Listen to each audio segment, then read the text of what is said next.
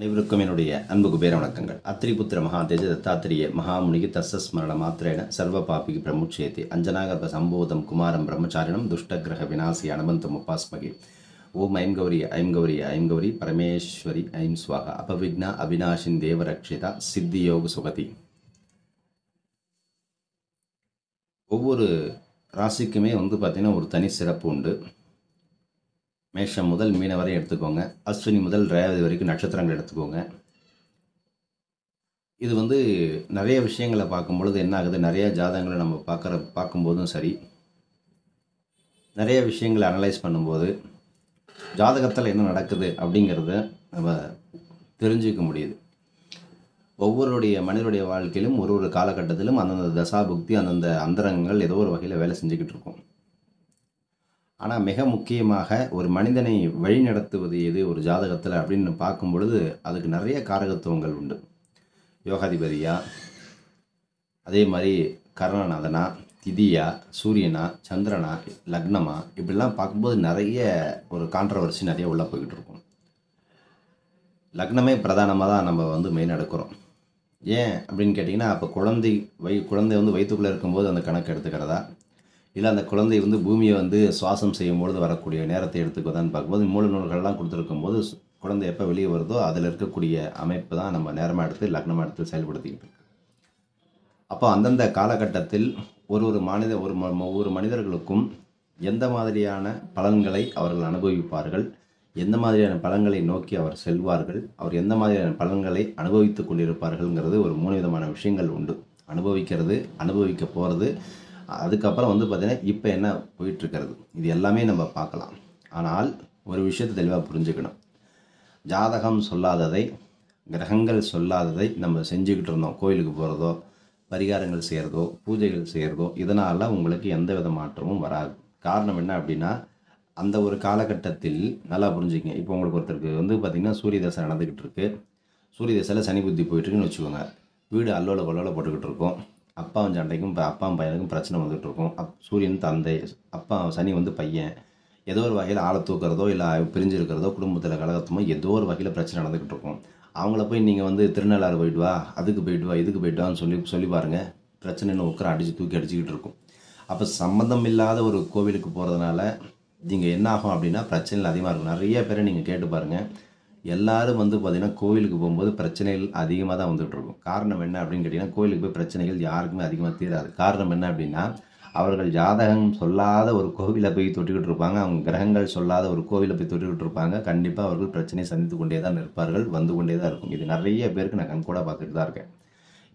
இல்லாத ஒன்றை, கிரகங்கள் சொல்லாத ஒன்றை நீங்கள் ஏன் போய் டெய்லி போய் தேட போகிறீங்க? அப்போ என்ன ஆகும் அப்படின்னு கேட்டிங்கன்னா, உங்களுக்கு நிறைய பிரச்சனைகள் வந்துக்கிட்டே இருக்கும். என்ன நீங்கள் ஒன்றா சால்வ் பண்ண போனீங்கன்னா இன்னொன்று வரும், இன்னொன்று சால்வ் பண்ண இன்னொன்று, இந்த கோயிலுக்கு போனதால தான் எனக்கு நிறைய அதிகமாக பிரச்சனைகள் வந்துச்சுங்கிறத நீங்கள் புலம்ப ஆரம்பிச்சிருங்க. ஸோ இதை நீங்கள் ரொம்ப ரொம்ப ரொம்ப நுணுக்கமாக கவனிக்க வேண்டிய ஒரு விஷயம். நீங்கள் ஆல்ரெடியே ஒரு பிரச்சனையில் இருக்கீங்க.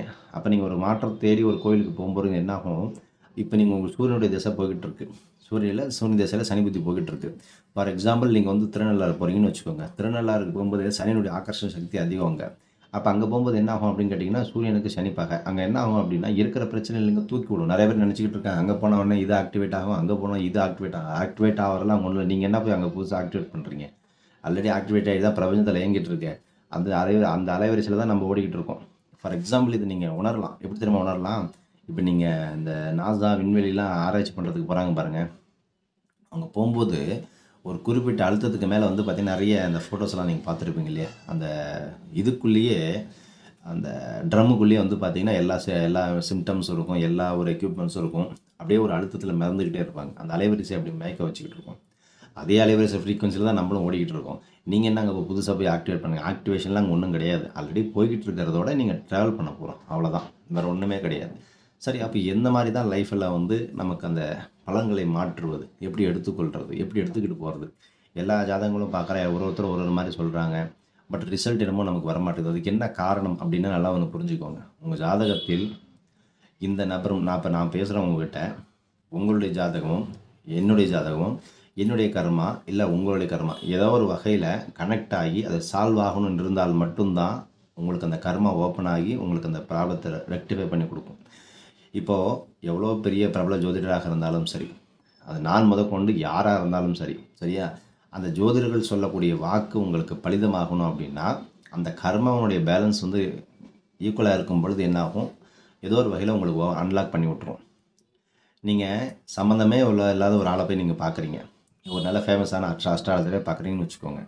அவருடைய கர்மம் ஒரு மாதிரி போய்கிட்டு இருக்கும், உங்களுடைய கர்மம் ஒரு மாதிரி போய்கிட்டு இருக்கும். ஆனால் 5000 10,000 பணம் கட்டி நீங்கள் பார்த்துக்கிட்டு இருப்பீங்க. இன்ஃபர்மேஷன் கரெக்டாக சொல்லியிருப்பாங்க, இல்லை எடுத்துக்கலாம். ஆனால் உங்களுக்கு ரிசல்ட் வந்திருப்பான்னு கேட்டால் ரிசல்ட் வந்திருக்காது. காரணம் என்ன அப்படின்னு கேட்டிங்கன்னா, அந்த இடத்தில் இறைவன் இவனால் உனக்கு உன்னுடைய கர்மா தீர்க்கப்பட வேண்டும் என்ற விதி இருந்துச்சுன்னா அதுக்கு தீர்ந்து போயிடும். இல்லை அப்படின்னா சுற்றிக்கிட்டே தான் இருக்கணும். அதனால தான் நான் என்ன சொல்லுவேன் அப்படின்னு கேட்டிங்கன்னா, ஒரு ஜாதகத்தை நீங்கள் பார்க்குறீங்க அப்படின்னா, ஒரு திருட்டை நீங்கள் ஜாதகம் பார்க்குறீங்க அப்படின்னா, ஒரு விஷயத்தை நீங்கள் தெளிவாக தெரிஞ்சுக்கிட்டால் போதும். உங்களுக்கு யார் உங்களுக்கு நல்லது பண்ணுவா. ஒரு ஜாதகத்தில் லக்னம் பண்ணாதது, ஏன்னா லக்னம் தான் கொடுப்பினையே. நீ என்ன பண்ண போகிற, நீ என்ன செய்ய போகிற, என்ன உள்ளே வச்சுருக்க, இந்த என்ன சொல்லுவாங்க, அண்டத்தில் உள்ளதான் பிண்டத்தில்னு சொல்கிறோம் இல்லையா? அப்போ இந்த லக்னங்கிறது தான் உள்ள எல்லா விஷயத்தையும் அடக்கி வச்சுருக்கு. அதுலேருந்து தான் இந்த கிரகங்கள் எல்லாம் சுற்றி சுற்றி வந்து 12 பாவங்களை எடுத்து கொடுக்கும். அந்த காலகட்டம் வரும்போது எடுத்து கொடுக்கும். அப்போ நமக்கு லக்னம் நல்லா இருக்கணும்ல, லக்னாதிபதி நல்லா இருக்கணும்ல. ஸோ அவர் ஸ்ட்ராங்காக இருக்கணும் ஒன்று. அப்போ இந்த லக்னம் ஸ்ட்ராங்காக இருக்கணும் அப்படின்னா, லக்னாதிபதி ஸ்ட்ராங்காக இருக்காருன்னா, அப்போ அதை அனுபவிக்கிறது யார்? உடல் இல்லையா? அப்போ உடல் நல்லா இருக்கணும். அப்போ சூரியனும் நல்லா இருக்கணும். அப்போது லக்னம், அதுக்கப்புறம் சூரியன், இது ரெண்டும் சேர்ந்தது தான் வந்து பார்த்திங்கன்னா, இது ரெண்டு இயக்கிறதுக்கு ஒரு ஆள் வேணும்ல, அதுதான் சந்திரன், மனோகாரகன். அப்போ இதோ சந்திரனும் சூரியனும் லக்னமும் நல்லா இருந்துச்சு அப்படின்னா அவர் நல்லா இருக்காருன்னு அர்த்தம். கண்டிப்பாக ஏதோ ஒரு வகையில் லக்னாதிபதியோ இல்லை சூரியனோ சந்திரனோ ஏதோ ஒரு வகையில் போய் மாட்டிட்டாங்க அப்படின்னா, கண்டிப்பாக பாருங்கள், உங்களுக்கு உடல் வகையில் பிரச்சனை அனுபவிச்சுட்டு இருப்பாங்க, இல்லை மன ரீதியாக பிரச்சனை அனுபவிச்சுட்டு இருப்பாங்க, இல்லை வந்து தொழில் ரீதியாக பிரச்சனை அனுபவிச்சுட்டு இருப்பாங்க, வளர்ச்சி ரீதியாக பிரச்சனை அனுபவிச்சுட்டு இருப்பாங்க. அப்போ இந்த 3 கிரகங்களும் ரொம்ப ரொம்ப ரொம்ப ரொம்ப மிக முக்கியமானதுங்கிறத மட்டும் மனதில் வைத்துக் கொள்ளுங்கள். ஸோ அப்போது உங்களுக்கு யோகாதிபதிகள் சொல்லாததை, அதே மாதிரி வந்து பார்த்திங்கன்னா அப்போது லக்னாதிபதி சொல்லாததை, சூரியன் அந்த அமைப்பு, சந்திரனுடைய அமைப்பு, இது இல்லாமல் தசாபுக்தியினுடைய அமைப்பு, இது 4 ரொம்ப முக்கியம். நீங்கள் எல்லாத்தையும் பார்க்கலாம், தசாபுக்தி இல்லாமல் அந்தரங்கம், பாவகிரகம், அதே மாதிரி வந்து பார்த்திங்கன்னா கோச்சாரம், இது எல்லாத்தையுமே பார்க்காலும் கடைசியில் நாம் பார்த்த வரைக்கும் எல்லா ஜாதகர்களும் கிட்ட எத்தனையோ ஜாதகங்களை பார்த்துருக்கோம். அதில் என்ன ஒரே ஒரு விஷயம் சொல்லப்படுது, என்ன தெரிய வருது அப்படின்னு கேட்டிங்கன்னா, இப்போ ஒரு ஜாதகர்களுக்கும் ஒரு ஜோதிடர்களுக்கும் ஒரு விதமான அனுபவங்கள் இருக்கும். அவருடைய அனுபவத்தை பொறுத்த வரைக்கும், என்னுடைய அனுபவத்தை வரைக்கும் பார்த்திங்கன்னா, அவர்களுடைய சைட்லேருந்து நான் பார்க்கும்பொழுது அந்த ஜாதகத்தை பார்க்கும்போது எப்படி தெரியுது அப்படின்னு கேட்டிங்கன்னா, இப்போ நான் போய் ஒரு ஜாதகர்கிட்ட ஜோசியர்கிட்ட போய் கேட்டோம்னா, நான் என்ன அவர்கிட்ட என்ன எதிர்பார்க்கணும், அந்த நிலையில தான் நான் அவங்கள்ட்ட நான் எதிர்பார்ப்பேன். அப்படி பார்க்கும்போது உங்களுக்கு ஒரு தொழில்னு கேட்க வராங்க அப்படின்னா, சார் எனக்கு இப்போ ஒரு மகர ராசிக்கு எப்படி சார் இருக்கும் அப்படின்னு கேட்டால் நான் சொல்லுவேன், உனக்கு பட்டது பத்தாதான் தான் கேட்பேன். அப்போ என்ன காரணம் அப்படின்னா, அந்த ஜாதகர்களுக்கு இந்த காலகட்டத்தில் இப்படி தான் போய்கிட்டு இருக்கணும்னா அப்படி தான் போய்கிட்டு இருக்கும். அதெல்லாம் நீங்கள் மாற்றவே முடியாது. நீங்கள் என்ன பரிகாரம் பண்ணாலும் சரி, என்ன செய்யணும் அதை மாற்றவே முடியாது. ஆனால் அந்த ஒரு விதி போய்கிட்டு இருக்கு அப்படின்னா, அதுக்கு உண்டான விதிவிலக்கு என்னங்கிறத நம்ம பார்க்கணுமே தவிர, சார் இதை பண்ணால் மாறிடும், அதை பண்ணால் மாறிடும், அப்படிலாம் ஒன்று இல்லவே இல்லை. இல்லாத ஒன்று நம்ம பண்ணவும் கூடாது, சொல்லவும் கூடாது. அப்போ லக்னாதிபதி சொல்லாததை, கிரகங்கள் சொல்லாததை, தசாபக்தி சொல்லாததை நீங்கள் போனீங்க அப்படின்னா, கண்டிப்பாக உங்களுக்கு பலவிதமான பிரச்சனைகள் உருவாகுங்கிறத மட்டும் மனதில் வைத்து கொள்ளுங்கள். நீங்கள் வந்து யூடியூப்பில் நிறைய பேர் நிறையா சொல்கிறாங்க, அந்த கோயிலுக்கு போனால் நடக்கும், இது போனால் அங்கே நடக்கும், இது பண்ணால் அது நடக்கும், அது போனால் இது நடக்கும், என்ன பண்ணணும்னு தெரியாமல் எல்லா பக்கமும் எல்லாம் என்ன சொல்லுவாங்களே, ஆட்டுமந்த மாதிரி போய் சுற்றிக்கிட்டே உட்காந்துருக்காங்க. இந்த கோயிலுக்கு போகிறது, அந்த கோயிலுக்கு போகிறேன், அங்கே போனேன், இங்கே போனேன், அதை செஞ்சேன், இதை செஞ்சேன், எல்லாம் கேட்குறாங்க. ஆனால் கடைசி வரைக்கும் எந்த ரிசல்ட் வரல, விரயம்தான் ஜாஸ்தி. தயவு செய்து அப்படி பண்ணாதீங்க. ஒரு ஜோதிடரை நீங்கள் பார்க்குறீங்க அப்படின்னா, முதல்ல உங்களுக்கு ஒரு டேட்டா பேஸ் கிளியராக இருக்கணும். என்னுடைய ஜாதகம்னா என்ன, எப்படி இயங்கும், என்னுடைய அடுத்த கட்ட 10 வருஷத்தில் என்னுடைய லைஃப் எப்படி இருக்குங்கிறத முதல்ல அதுக்கு ஒரு டிராஃப்ட் எடுத்து வச்சுக்கோங்க. நீங்கள் 90 வயசுலாம் பார்க்கணுங்கிற அவசியமே இல்லை. இன்றைக்கி நான் சொல்கிறேன், நோட் பண்ணி வச்சுக்கோங்க. 10 வருஷம் என் லைஃப் எப்படி இருக்கும், அதில் எனக்கு என்ன நடக்க போகுது, நான் என்னை எப்படி மாற்றிக்கணும், எனக்கு நல்லது பண்ணுற ஆள் யார், எனக்கு தடுக்கிற ஆள் யார், எனக்கு முடக்கிற ஆள் யார், எது பண்ணால் எனக்கு நல்லது நடக்கும், எது செஞ்சால் எனக்கு லைஃப்பில் மாற்றம் வரும், இதை மட்டும் தெளிவாக எடுத்து வச்சுட்டு அதை நோக்கி அப்படியே ஃபோக்கஸ் பண்ணி அடிச்சுக்கிட்டே இருங்க. ஒரு காலத்தில் அதை உங்களுக்கு அது ஓப்பன் ஆகி தான் சொல்கிறாங்க, அது ஆக்டிவேட் ஆகி உங்களுக்கு நல்ல மாற்றத்தை கொடுக்கும்.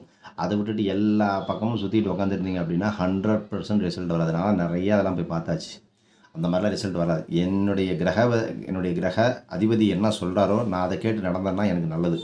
நான் அதை விட்டுட்டு நான் என்னென்னமோ நான் பண்ண போனேன் அப்படின்னா அது எனக்கு விரயங்கிறத நான் அனுபவ ரீதியிலையும் உணர்ந்திருக்கேன், அதே மாதிரி வாழ்க்கையிலையும் நான் அதை உணர்ந்தவும் செஞ்சுருக்கேன். ஸோ அதனால் எல்லா இடத்துலையுமே கிரகங்கள் நமக்கு நல்லது பண்ணாது, எல்லா இடத்துலையுமே கிரகங்கள் கெட்டது பண்ணாது. அந்தந்த காலகட்டத்தில் அந்த கிரகத்துக்கு தகுந்த மாதிரி நம்ம மாறிட்டு போகும்போது நம்ம அந்த சூழ்நிலையும் கஷ்ட சூழ்நிலை தாண்டி போயிடலாங்கிறத விட்டு மனதில் வைத்துக் கொள்ளுங்கள். அப்போது உங்கள் ஜாதகத்தில் தடுக்கிற ஆள் யார், முடக்கிற ஆள் யார், கெடுக்கிற ஆள் யார், தடுக்கிற ஆள் யார், நல்லது பண்ணுறது ஆள் யார், உங்களை வந்து கீழே கவுக்கிற ஆள் யாருன்னு தெரிஞ்சுக்கிட்டு அதுக்கு தகுந்தபடி அந்த கோள்களை செலக்ட் பண்ணுறது, மந்திரங்களை உபசனை செய்வது, இதை மட்டும் போங்க.